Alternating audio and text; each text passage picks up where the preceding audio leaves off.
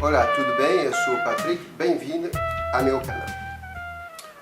Hoje eu quero falar de psicologia e espiritualidade. Eu quero colocar aqui imediatamente que quando eu falo de espiritualidade, eu não religo a espiritualidade a qualquer religião ou especificamente qualquer tipo de dogma religioso. Eu vou abordar aqui o conceito de espiritualidade como sendo uma função fundamental do psiquismo humano.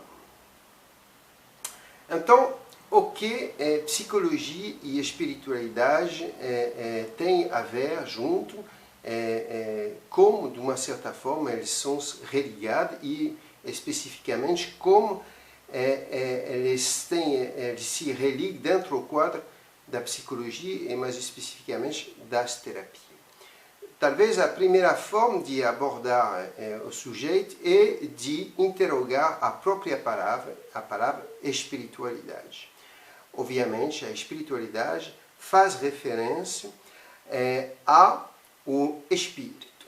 E então, esse espírito, o que seria, qual seria a natureza desse espírito?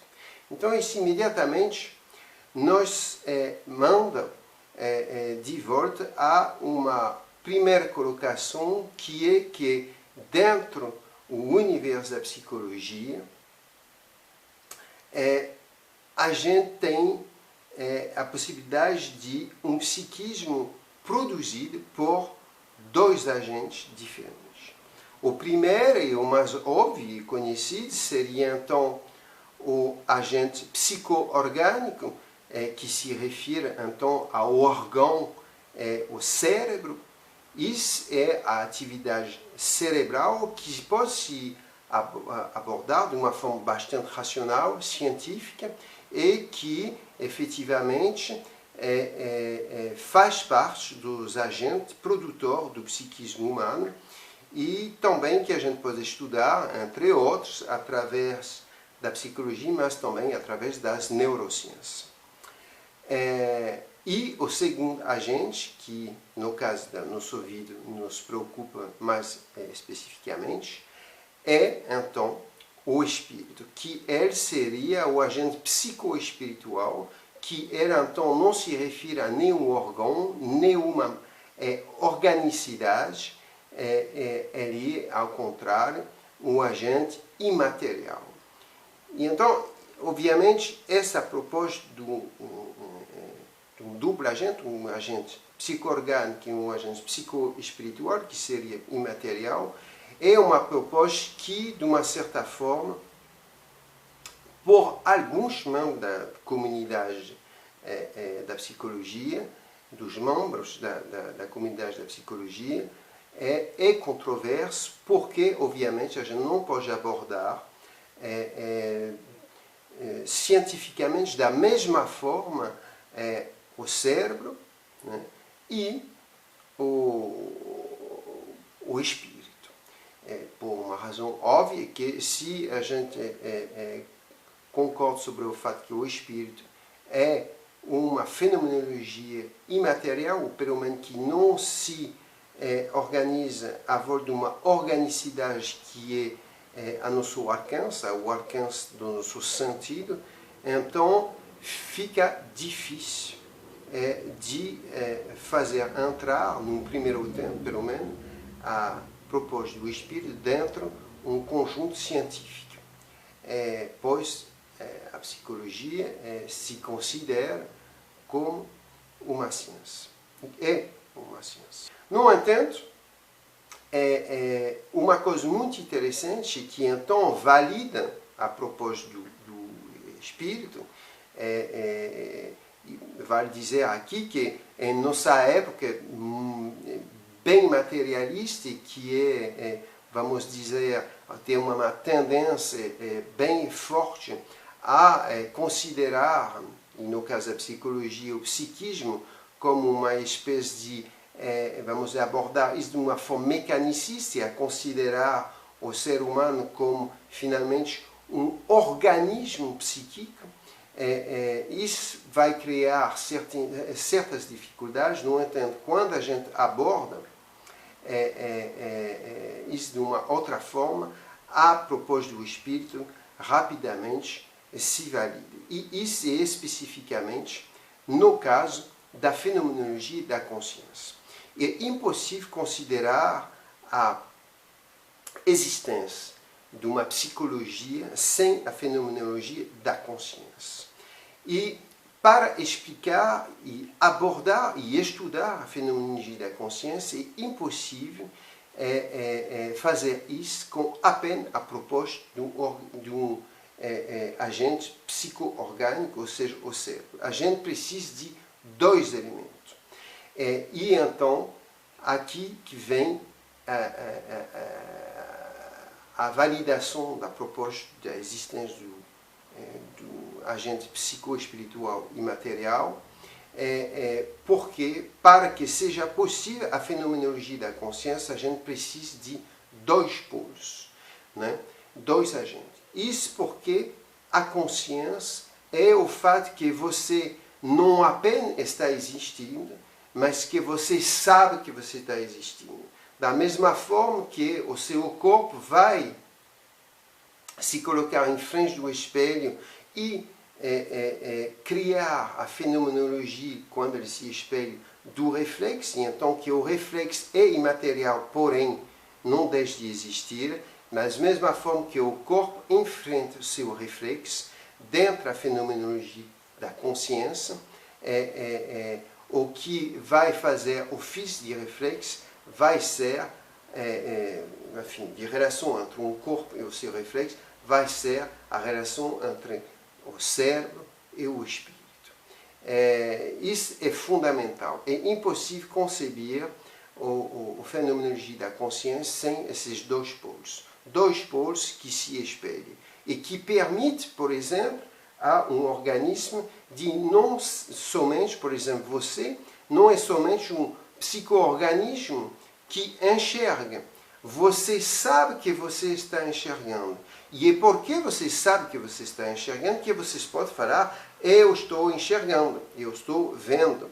E então que efetivamente você enxerga. Porque sem a fenomenologia da consciência você não enxergaria. Você seria apenas o organismo enxergando pelo conto de um outro grande todo, vamos dizer. Você seria apenas um órgão, você se tornaria o olho de um outro sujeito. Ora, para enxergar como sujeito, a gente precisa da consciência. Sem a consciência, a gente não pode enxergar.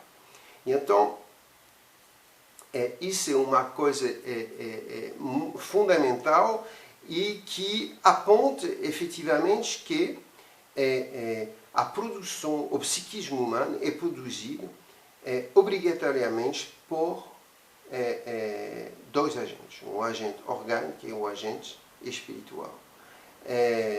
E isso é muito interessante porque a gente pode ver que a consciência, que é uma fenomenologia que unicamente é humana, somente os seres humanos manifestam a aptidão da consciência, pelo menos ao nível onde o ser humano a desenvolve, né?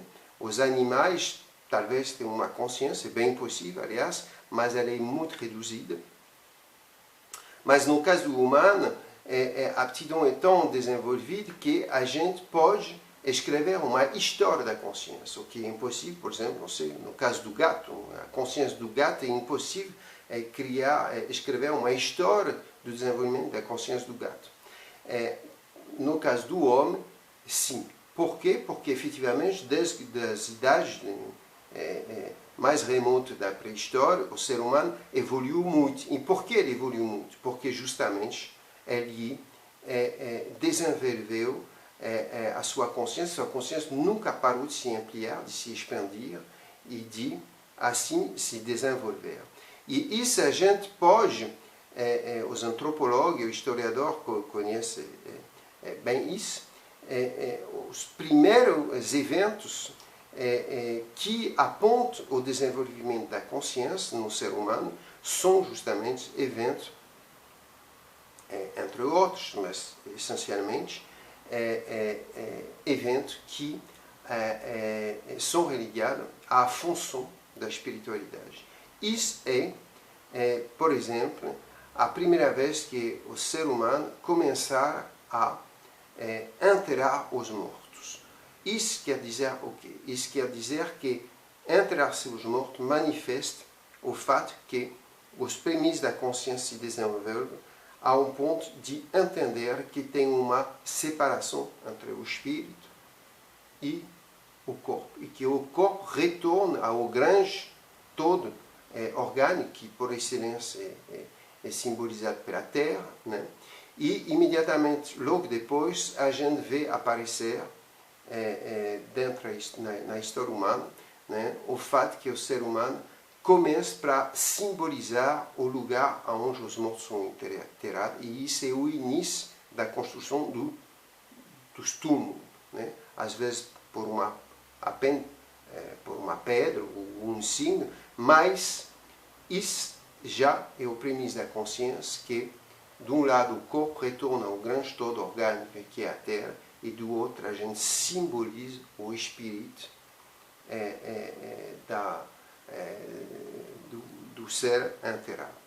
Então, isso é a primeira coisa que a gente pode dizer a respeito da ligação, da importância da espiritualidade dentro da psicologia. Porque ela é fundamental dentro da abordagem, a compreensão e o funcionamento do fenomenologia da consciência. Ora, sem a consciência, a psicologia, vamos dizer, não irá existir. É impossível conceber uma psicologia que funcione sem a fenomenologia da consciência. Muito bem, esse é o primeiro aspecto. Agora tem um outro aspecto muito interessante, que é que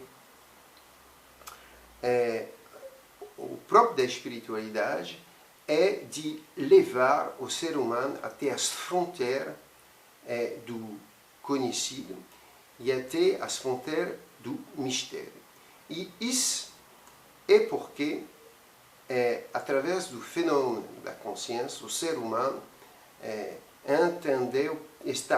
percebeu rapidamente a natureza da sua condição humana, que é que finalmente, apesar de todas as possibilidades que ele é capaz de desenvolver, de raciocinar o mundo, de racionalizar a fenomenologia da vida, ele chega sempre a uma altura onde ele é colocado em xeque, né?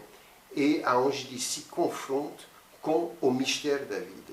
E então, o ser humano, a condição humana, é banhado inteiramente dentro do mistério da vida.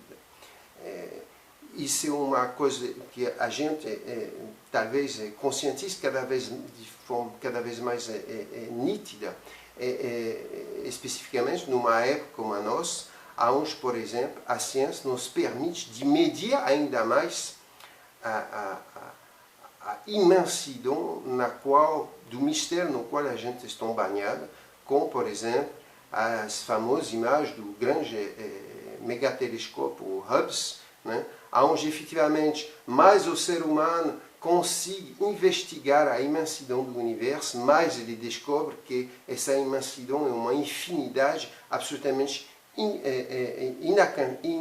impossível de alcançar para o entendimento humano. E então acontece a mesma coisa num infinitamente pequeno, onde mais as tecnologias se desenvolvem, mais a gente descobre, através das investigações ou dos microscópios, mas também da matemática, da física, que o infinitamente pequeno é também uma espécie de imensidão que também nos confronta a uma outra fronteira do mistério, e que finalmente, mais a ciência cresce, mais a gente mede a imensidão do mistério no qual a gente está evoluindo. E isso é muito interessante porque isso aponta ao fato que o ser humano vive, a condição humana se desenvolve em torno, em cima de um paradoxo. E então, isso é fundamental. O paradoxo é que o ser humano é, por exemplo, dentro de uma dimensão orgânica e material e imediatamente é confrontado a uma dimensão inorgânica e material. E isso aponta uma coisa fundamental na psicologia, que é a propósito do inconsciente. A psicologia se desenvolveu e continua a se desenvolver em torno desse duplo conceito, desse paradoxo entre consciente e inconsciente. Da mesma forma, é impossível imaginar uma psicologia sem essas duas dimensões. E então, mais uma vez, é a prova que a condição humana se desenvolve a partir de um paradoxo. E aonde a espiritualidade aqui é fundamental é porque a função da espiritualidade dentro do psiquismo humano é justamente a função da transcendência. Então, em que a transcendência intervém aqui, em frente dessa condição humana que se desenvolve dentro do quadro de um paradoxo constante, em todos os assuntos e de forma permanente. E bem, simplesmente porque é graças a essa função transcendente que o ser humano consegue sintetizar os termos do paradoxo, quer que seja esse paradoxo, né?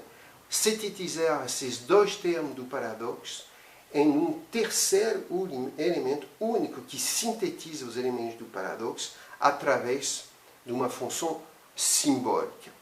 E então, a gente entende que a função da espiritualidade lá é essencial porque é justamente dentro do quadro da terapia e da psicologia o que a gente está procurando fazer através dessa função transcendente. A gente está procurando uma transformação do ser humano. A forma de resolver os conflitos e os transtornos não é de os resolver como sempre parâmetro mecanicista, como uma mecânica que desfuncionaria, não. É através da transformação do sujeito que esse resolve os seus conflitos e os seus transtornos que são feitos, que são constituídos a partir de elementos conscientes e elementos inconscientes, e porque ele consegue se transformar ou sintetizando esses elementos conscientes e inconscientes numa terceira proposta através de uma função simbólica que o sujeito consegue resolver os seus conflitos, as suas problemáticas, os seus transtornos. E então a gente vê lá a função fundamental da espiritualidade, da função espiritual, porque efetivamente ela é não unicamente, mas ela é dos processos próprios ao ser humano para justamente entrar dentro da dinâmica terapêutica que permite de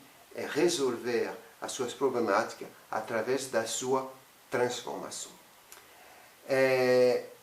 Eu vou parar aqui, eu já estou dizendo que eu vou fazer avisando que eu vou fazer outros vídeos a respeito desse assunto, porque ele é um assunto extremamente rico, amplo, tem muita coisa para estudar, que são muito interessantes e que são efetivamente muito úteis no nosso dia a dia. Entre outros, um dos próximos assuntos que eu irei abordar são justamente a função da espiritualidade dentro da fenomenologia da energia psíquica. Mas então eu paro aqui para não sobrecarregar esse vídeo. Espero que vocês gostaram e se interessaram. Agradeço muito pela escuta, um grande abraço e paz a todos. Tchau, tchau, tchau.